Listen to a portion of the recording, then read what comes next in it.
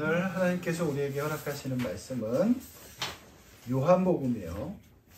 요한복음, 신약 요한복음 2장 11절 말씀, 그리고 18절과 19절 말씀입니다. 예수께서 이 첫 표적을 갈릴리 가나에서 행하여 그의 영광을 나타내시매 제자들이 그를 믿으리라. 18절 볼게요. 이에 유대인들이 대답하여 예수께 말하기를 내가 이런 일을 행하니 무슨 표적을 우리에게 보이겠느냐. 예수께서 대답하여 이르시되 너희가 이 성전을 헐라 내가 사흘 동안에 일으키리라. 아멘. 요한복음 2장은 두 개의 사건을 담고 있어요. 먼저 첫 번째 사건은 갈릴리 가나에서 일어납니다. 우리 함께 갈릴리 가나로 가볼게요. 혼인잔치가 벌어지고 있어요. 예수님과 제자들도 그 혼인잔치에 청함을 받았습니다. 초청받은 거예요.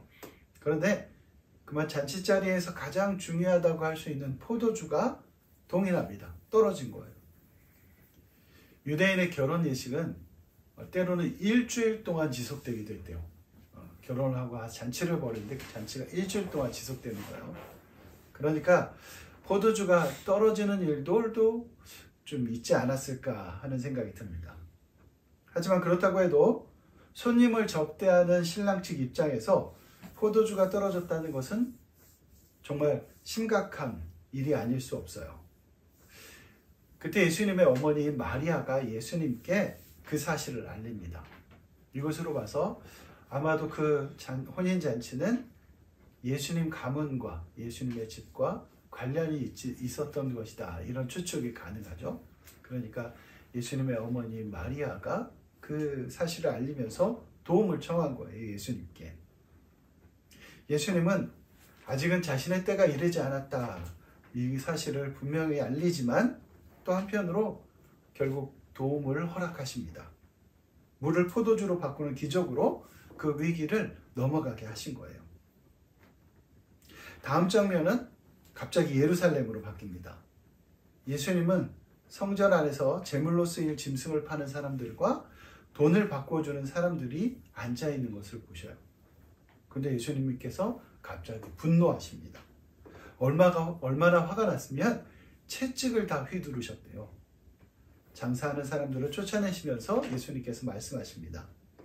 내 아버지 집으로 장사하는 집을 만들지 말라. 이 두 사건은 얼핏 보면 별 상관이 없어 보입니다. 혼인잔치에서 물로 포도주를 만드시는 예수님, 그리고 성전을 정결케 하시는 예수님. 이 두 사건의 사이에 무슨 연결고리가 있는 것일까요? 어떤 관계가 있길래 요한이 이 두 사건을 예수님에 대한 이야기를 기록하는 첫머리에 나란히 배치한 걸까요? 사실 두 사건은 정말 밀접한 관계가 있습니다. 앞으로 우리가 살펴보겠지만 이 사건들은 예수님께서 이 땅에 오셔서 행하신 모든 일들을 함축하고 있다. 이렇게 봐도 되는 일들이요.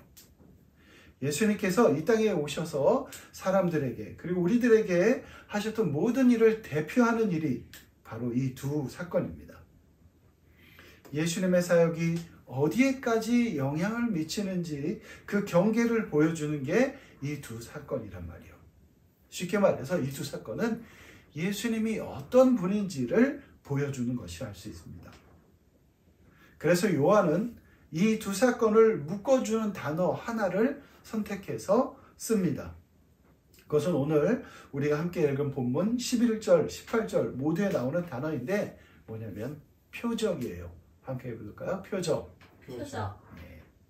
표적은 기본적으로 다른 복음서, 그러니까 마태, 마가, 누가 이 세 복음서에 나오는 기적이나 이적 이런 단어들과 같은 의미라고 할 수 있습니다.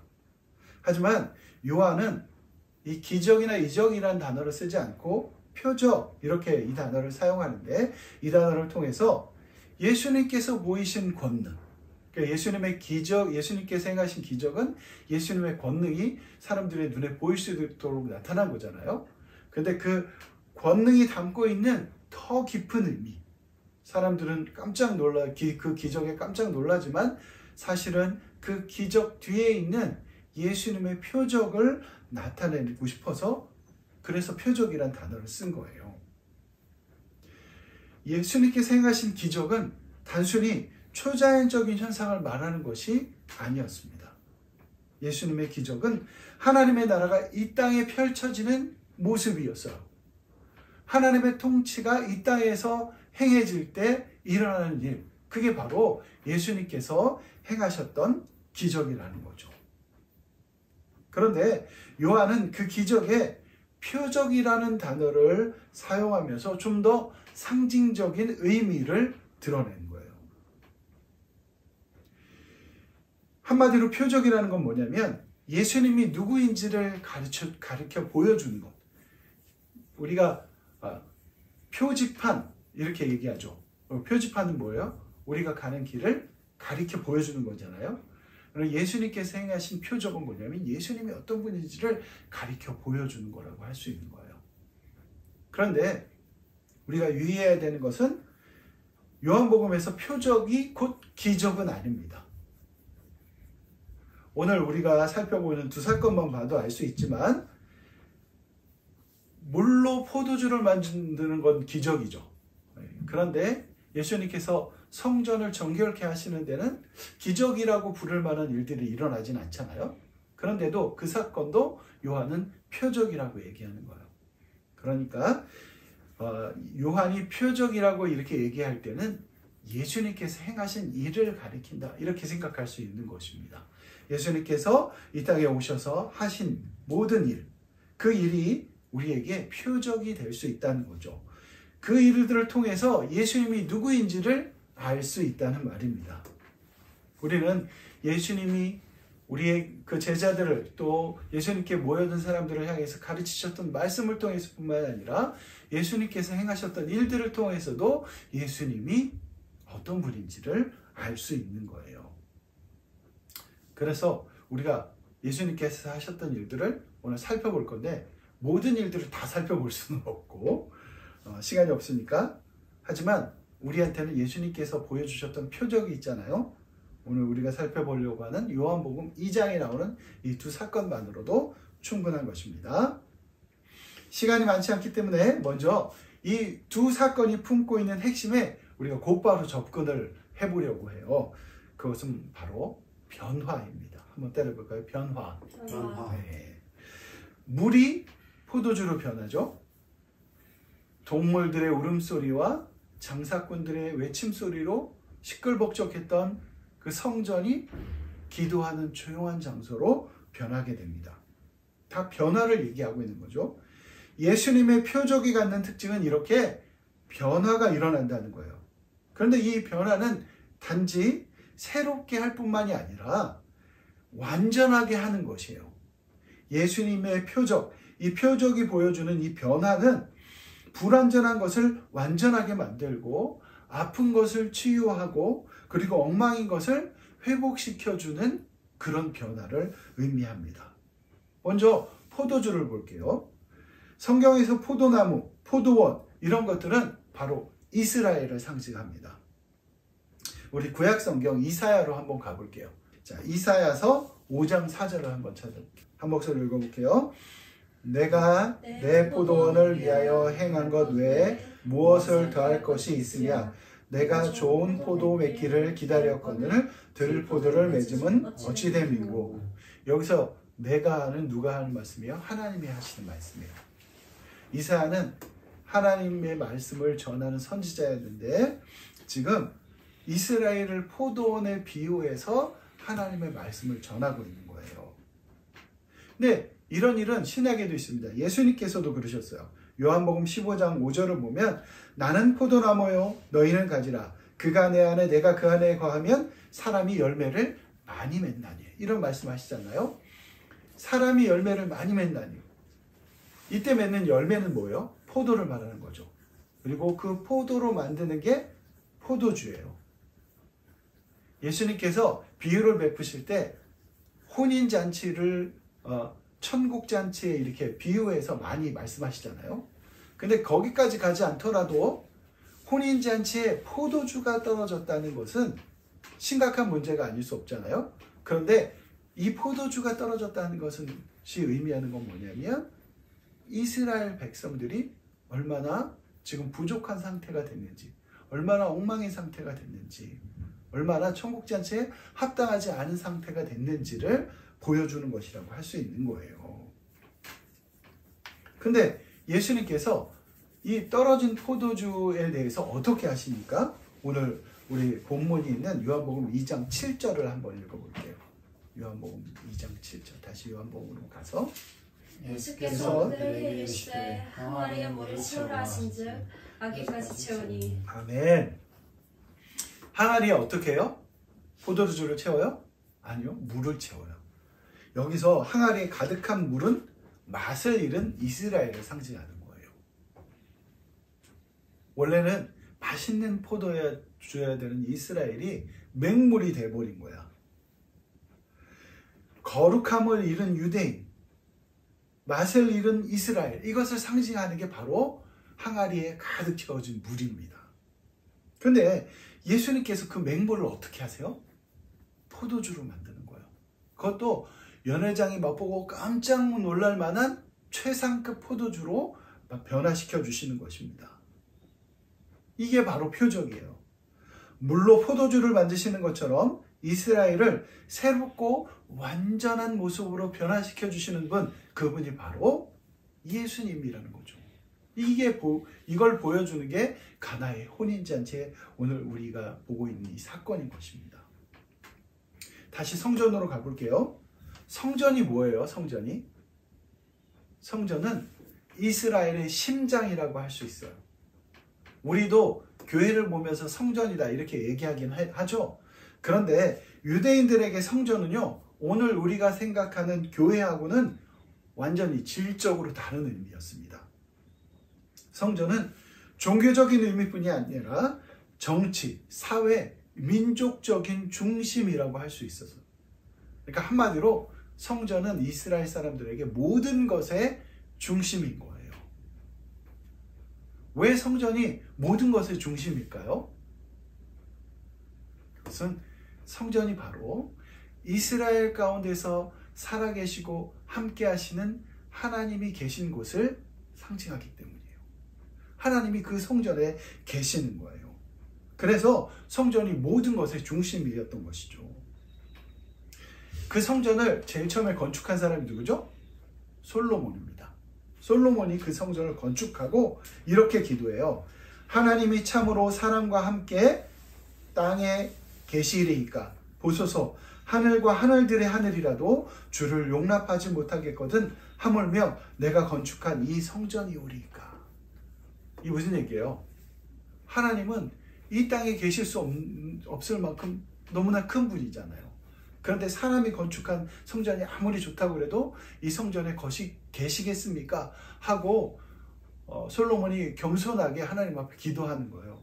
그런데 그런 솔로몬에게 하나님이 친히 그곳에 거하실 것이라고 말씀하시면서 그것에 사는 이스라엘 백성의 기도를 들으실 것이라고 약속하십니다. 역대하 7장 15절에서 16절 말씀인데 제가 잘 읽을 테니까 여러분들이 한번 들어보세요. 이제 이곳에서 하는 기도에 내가 눈을 들고 귀를 기울이리니, 내가 눈을 들고 귀를 기울이니 이는 내가 이미 이 성전을 택하고 거룩하게 하여 내 이름을 여기에 영원히 있게 하였음이라.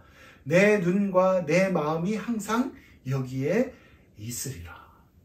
요거 한번 따라해 볼게요. 내 눈과 내 마음이 항상 여기에 있으리라. 항상 여기에 있으리라. 무슨 얘기예요? 하나님이 그 성전 가운데 계시겠다, 이 말씀을 하신 거잖아요. 그런데 오늘 본문으로 다시 돌아와 보면 그 성전에 하나님을 찾는 기도 소리가 있는 거예요? 아니에요. 동물 울음소리만 있는 거예요. 장사꾼들의 외침만 있는 거예요. 이거는 다시 말해서 이스라엘이 얼마나 타락했는지, 하나님의 뜻과 얼마나 멀어졌는지를 가시적으로 보여주는 거예요. 눈으로 볼 수 있게 해주는 거예요. 하나님을 떠난 이스라엘의 현실을 분명하게 보여주는 것, 그게 바로 예수님께서 보셨던 그 성전이라는 말입니다. 그런 성전을 보신 예수님은 분노하세요. 노끈으로 채찍을 만들어서 그것들을 내쫓으십니다. 물론 그 일 하나로 성전이, 이스라엘이 정결케 되는 건 아니겠죠? 하지만 그 일은 사람들이 미처 보지 못했던 변화가 시작된다는 표적이었어요. 예수님께서 하시는 일을 본 유대인들이 뭐라고 말합니까? 내가 이런 일을 행하니 무슨 표적을 우리에게 보이겠느냐? 예수님께서 행하신 일을 통해서 표적을 봤어야 된 유대인들이요, 예수님께 또 다른 기적을 요구하는 거예요. 그들은 표적을 보지 못했던 거죠. 그래서 예수님께서 이렇게 말씀하십니다. 너희가 이 성전을 헐라 내가 사흘 동안에 일으키리라. 속으로부터 썩은 성전, 안으로부터 무너진 성전, 그래서 하나님께서 떠나신 성전은 헐릴 것입니다. 검을 뿌린 성전은 돌 위에 돌 하나 남지 않게 될 거예요. 하지만 그렇게 끝이 아니란 말입니다. 진정한 성전이 다시 세워지는 거예요. 이제 예수님 안에서 온 세상이 하나님을 만나게 되는 것입니다. 예수님을 중심으로 온전한 예배가 다시 시작되는 거예요. 단 한 번 드리는 온전한 희생 제물이신 예수님으로 말미암아 완전한 제사가 이루어지는 거예요. 그래서 죄로 인해 멀어졌던 온 세상이 예수님 안에서 하나님과 화해하게 되는 것입니다. 그야말로 죄로 인해 죽을 수밖에 없었던 이 온 세상이 하나님 앞에서 완전한 회복을 이루는 거예요. 그게 예수님께서 성전을 정결케 하셨던 그 표적을 통해서 우리가 보아야 되는 진정한 사실이라는 것이죠. 그렇다면 오늘 우리는 어떻습니까? 오늘 우리는 아무런 맛도 없는 맹물입니까? 아니면 정말 맛있는 포도주입니까?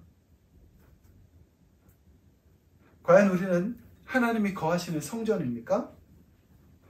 하나님을 향한 기도의 향기가 넘쳐나는 그런 성전입니까? 우리 안에 하나님께서 기뻐하시는 예배가 있습니까, 여러분? 구약 열왕기와 역대기를 보면요, 하나님 한 분만 예배하도록 지어진 성전이 나오는데 그 성전이 하나님의 영광으로 가득한 게 아니라 죄로 가득하는 장면들이 나와요. 심지어는 그 성전에 우상들이 세워지는 모습들까지 볼 수 있습니다. 정말 참담한 현실이죠. 그런데 그런 안타까운 모습을 보면서 우리는 어떤 생각을 합니까? 이스라엘 사람들이 참 어리석다 그러면서 혀를 끌끌 찰 수도 있죠. 그런데 혹시 오늘 우리의 모습이 그런 모습은 아닙니까? 정말 그렇지 않기를 바라요.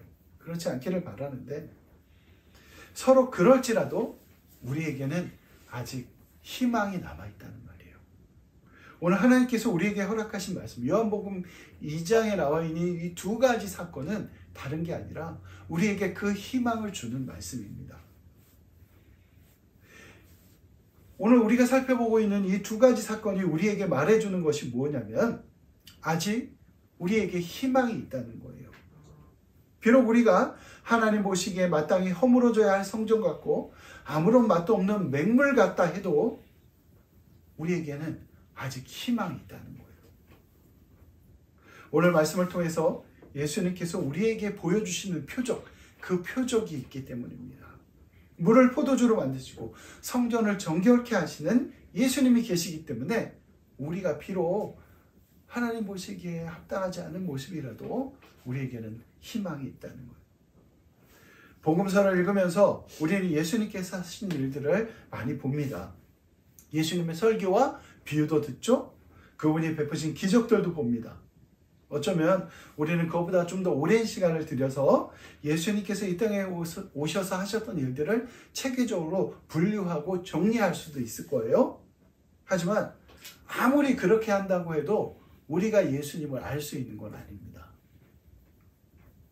요한이요, 오늘 우리가 읽었던 요한복음을 기록하고 마지막에 이런 말씀을 적어둬요. 예수께서 행하신 일이 이 외에도 많으니 만일 낱낱이 기록된다면 이 세상이라도 이 기록된 책을 두기에 부족한 줄 아노라. 요한이 자기의 복음서를 쓰면서 정말 충실하게 예수님께서 하셨던 일들을 다 기록해야지 하고 썼을 것입니다. 그런데 쓰고 보니까 예수님께서 하신 일들을 다 기록할 수가 없는 거예요. 그래서 이런 말씀을 기록한 것입니다. 그런데 한편으로 이 말씀을 이렇게 볼 수도 있어요. 우리가 예수님께서 하신 일을 표적이라고 했죠. 근데 그 표적들, 예수님께서 하셨던 일은 세상이라는 그릇에는 결코 다 담을 수 없다는 말인 것입니다. 세상은 그것들을 다 담을 수가 없는 거예요.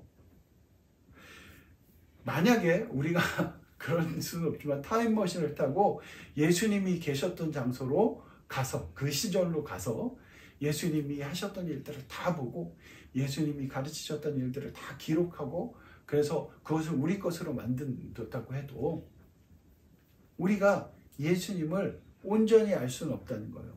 우리가 변화되지 않는다면. 예수님의 표적을 보고 그 표적을 구분하고 그래서 우리가 변화되지 않는다면 어쩌면 우리도 예수님을 못 박으라고 소리 질렀던 그 유대인들 틈에 섞여 있을 수 있다는 말입니다. 예수님을 알지 못하기 때문이죠. 하지만 우리가 예수님의 표적을 오늘 우리가 읽었던 우리가 살펴보았던 요한복음 2장에 나타났던 그런 표적과 같은 두 사건과 같은 그런 표적을 우리가 볼 수 있게 된다면 그래서 우리 스스로에게 이제 나도 변해야 되는구나 하는 것들을 알게 된다면 그러면 우리도 예수님을 알 수 있다는 거예요. 예수님이 어떤 분인지를 알 수 있고 예수님께서 우리를 변화시키실 것입니다. 아멘. 그런데 마지막으로 그 변화에는 우리가 한 가지 통과해야 될 문이 남아있어요. 과정이 필요합니다. 그게 바로 순종이에요. 우리가 처음 살펴봤던 가나의 혼인잔치로 다시 이제 마지막으로 돌아가 볼게요. 거기에서 보면 예수님께서 가나의 혼인잔치에서 물을 포도주로 변화시키시는 그 기적을 행하실 때 정말 큰 도움을 준 사람들이 있습니다. 누구죠? 하인들이에요. 하인들. 항아리를 물로 가득 채워라 했을 때 하인들이 그 항아리를 물로 가득 채우잖아요. 그런데 한번 이렇게 생각해봐요. 예수님께서 항아리를 물로 가득 채워라 이렇게 말씀하셨을 때 그 하인들의 마음이 어땠을까? 어쩌면 그 항아리를 물로 채우는 데까지는 그냥 그런가 보다 하고 했을 수도 있습니다. 그런데 예수님께서 그 가득한 물을 떠서 연회장에게 가져다 주라 이렇게 했을 때 그 하인들의 마음이 어땠을까요? 요즘 우리들 말로 하면 장난하는 거야? 이럴 수도 있었을 거예요. 아마 그때 그 하인들의 마음도 별로 다르진 않았을 것입니다. 그런데 무슨 이유인지 모르겠는데 아무튼 그 하인들이 예수님의 그 말씀을 따라 순종하고 물을 떠다 줘요. 그 항아리에 가득했던 그 물을 우리식으로 하면 주전자겠죠? 주전자에 이렇게 떴을 때 그게 아직 물이었을까요? 아니면 포도주로 변해 있었을까요? 우리는 알 수 없죠? 하지만 이렇게 생각해 볼 수 있습니다. 만약에 그게 이렇게 떴는데 갑자기 포도주가 됐거나 아니면 뜰러 보니까 포도주가 됐다면 잔치 자리에 그걸 떠서 갖다 주기 전에 난리가 났을 거예요. 그렇게 생각해 보면 그때까지도 물이 아니었을까 이런 생각을 해볼 수 있는 거죠. 근데 어쨌든 하인들이 그걸 떠서 연회장에게 갖다 주잖아요. 연회장은 그 연회를 주관하는 사람이에요. 그러니까 그 잔치 자리가 길어진 텐데 일주일씩 걸렸다고 아까 얘기했잖아요. 근데 그런 잔치 자리를 다 이렇게 주관하려면 경험이 많은 사람이어야 되겠죠. 그러니까 곳곳에 있는 포도주는 다 맛봤을 거예요. 그런데 그 연회장이 하인들이 가져다 준 그 물로 된 포도주를 맛보고 깜짝 놀라잖아요. 엄청나게 맛있는, 엄청나게 놀라운 맛의 포도주가 된 거야. 그런데 오늘 말씀을 보면 연회장은 그 포도주가 어디서 난 건지 몰랐다 이렇게 기록하고 있어요. 그런데 하인들은 알았다 이렇게 기록하고 있잖아요. 저는 이 부분이 이 이야기의 클라이맥스가 아닌가 이런 생각이 들어요. 하인들은 알았습니다. 우리도 마찬가지예요. 우리가 예수님을 만나고 예수님께서 우리를 변화시키면 우리의 삶을 정말 그 연회장이 맛봤던 그 최상급 포도주처럼 너무나 맛있고 너무나 멋진 삶으로 변화시키면 사람들은 모를 거예요. 야, 쟤가 언제부터 저렇게 멋진 사람이었지? 저 사람이 언제부터 이렇게 최고의 사람이었지? 모를 겁니다. 하지만 우리는 알 거예요. 왜? 우리는 예수님께서 우리의 삶을 변화시킨 표적을 볼 줄 아는 사람들입니다. 바라기는 우리 하나교회 모든 지체들이 한 주간도 그렇게 우리의 삶을 변화시키는 표적을 볼 줄 아는 교회들이었으면 좋겠습니다. 그래서 하나님께서 우리의 삶을 변화시켜서 정말 최상급으로 만드는 놀라운 일주일을 경험하는 저와 여러분들 되길 간절히 소망합니다. 기도할게요.